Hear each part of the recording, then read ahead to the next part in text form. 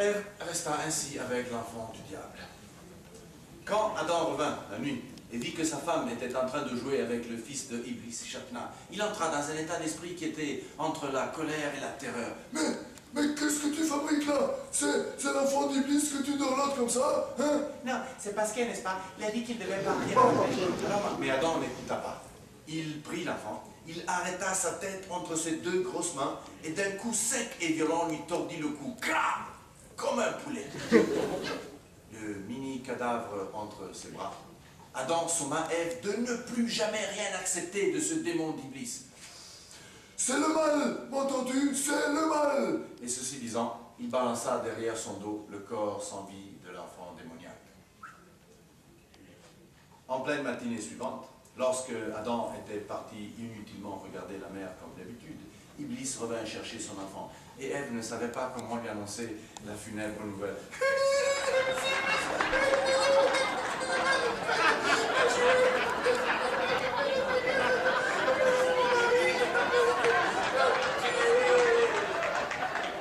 Ah, t'inquiète, Ève. Ton mari n'a pas été vraiment très gentil, mais hélas, il y a des gens comme ça, n'est-ce pas, Ève? Iblis ramassa de terre le corps sans vie de son enfant, passa doucement ses doigts autour du cou, appliqua ses lèvres contre celles de l'enfant, et l'enfant revint à la vie. Eh bien, tant mieux, dit Ève. Oui, et pour te montrer que je ne suis point en colère avec toi, je vais te le confier encore pour ce soir. Au revoir, Ève. Et il s'en va. Là, elle est bien embarrassée, Ève. Et pendant que sa pensée s'élève, un morceau de poisson du sac, elle le prélève et le donne à l'enfant pour qu'il l'achève. La lune était déjà à mi-chemin entre les nuages et la mer, quand Adam, le premier homme, revint, avec dans la tête l'idée de recommencer le jeu de cacher dévoilé, avec... Il est encore vivant, cet enfant? Mais, oh, c'est pas possible, le diable! Il l'a ressuscité, et tu as accepté de le garder? Non, mais tu trouves que c'est normal qu'un enfant mort, tué, revienne comme ça à la vie? Hein? Non, je sais ce que j'ai à faire, moi! Et ceci disant, il prit l'enfant et lui trancha la gorge avec une pierre taillée, chouac, comme un cochon. Puis, il le dépeça. 33 pezzi. À l'instant où Adam était parti se promener, probablement voir la mer, Iblis revint chercher son enfant.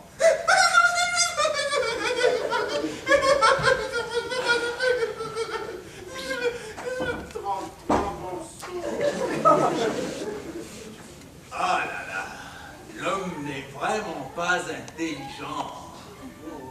Et d'un geste de la main, Iblis fit siffler les vents, soulever la terre, qui vinrent déposer tout sagement entre ses bras hirsutes de poils les 33 morceaux de son enfant dépecé. Avec les doigts, il unit les morceaux les uns aux autres, et à nouveau, il insuffla la vie. Aujourd'hui, je dois m'absenter pendant la journée, Ève. Je reviendrai ce soir chercher mon enfant. Au revoir. Et il s'en va. Elle ne croit pas à ses yeux, Ève, à ce qu'elle a vu comme dans un rêve.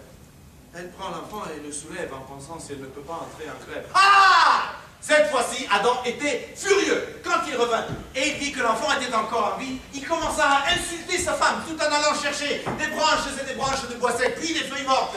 Il entassa de tout et il mit le feu. Sa vaste chevelure et sa tout aussi vaste appendice pubique dandiné sans aucune grâce, de gauche à droite, dans un paroxysme de l'impuissance et de la colère. Et puis... Oh, Léo, comment ça? On te suit, hein? De gauche à droite, quoi? Ah oui, bon, ceci, si la gauche et la droite avaient déjà été établies, Voilà. ce qui n'était pas le cas. Bon, le tout balancé d'un côté à l'autre. Les muscles tendus, le visage crispé, les yeux exorbités, l'homme primordial prit l'enfant et lui fracassa la tête contre une pierre et le livra aux flammes. Il ne repartit qu'après avoir constaté que tout n'était plus qu'un petit tas de cendres grises.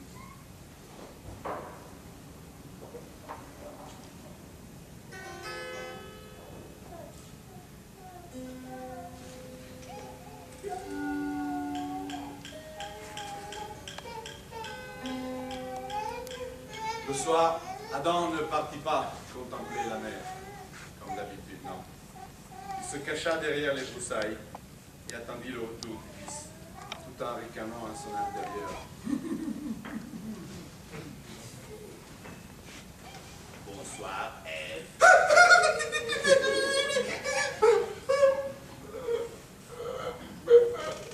Hein? Brûlé! Ah! Que c'est vilain!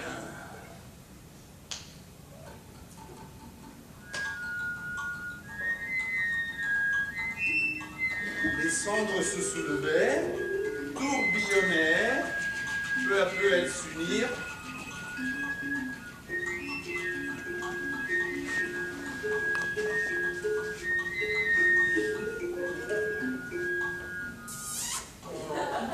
Et revoilà l'enfant vivant entre les bras d'Iblis. Cette fois, je compte à ce que ton mari ait compris.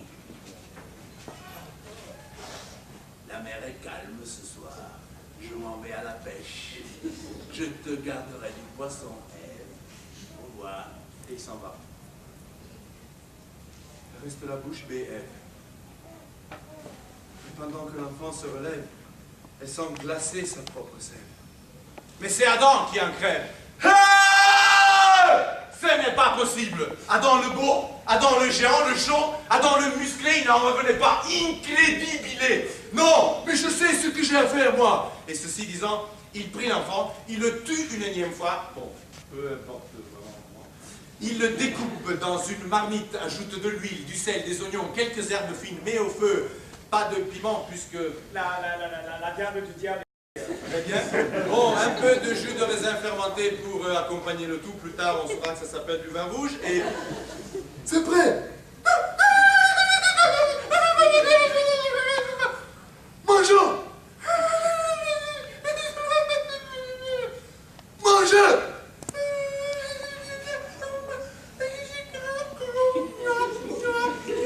Elle a vraiment très peur, Ève. Mais Adam, jusqu'aux os de la marmite, prélève une et le broie sous les dents comme tout bon élève. Alors que sa femme prie pour une trêve.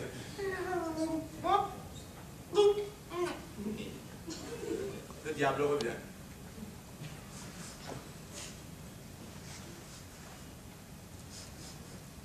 Où est mon enfant?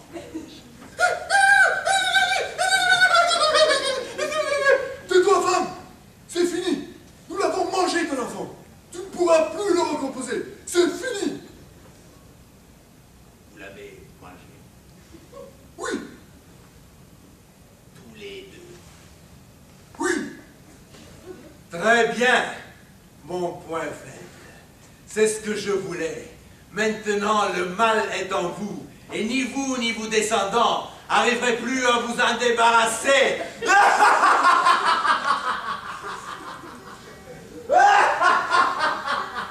Je t'avais dit, Amara, que la pomme n'avait rien à voir.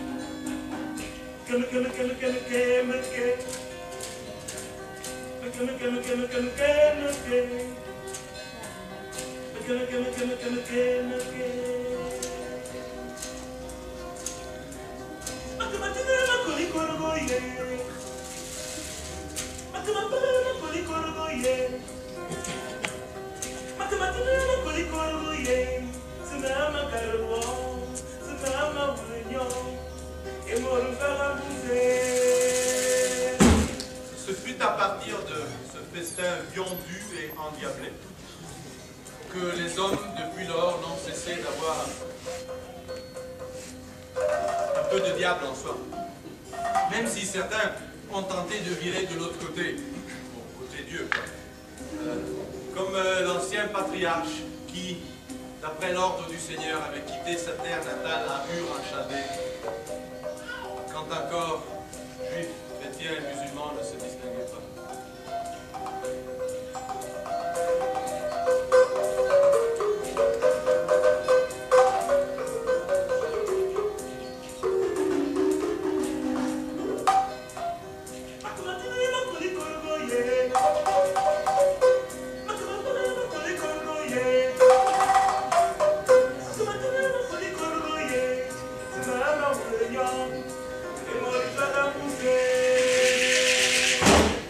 Il a beaucoup marché.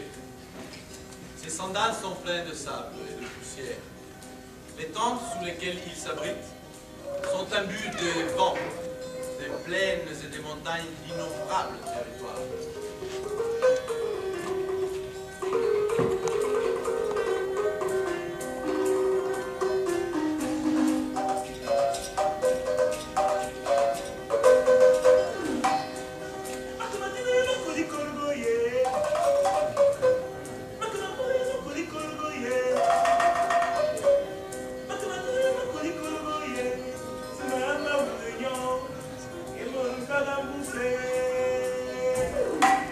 Ses oreilles résonnent de toutes les langues et les dialectes des populations des fleuves et des déserts.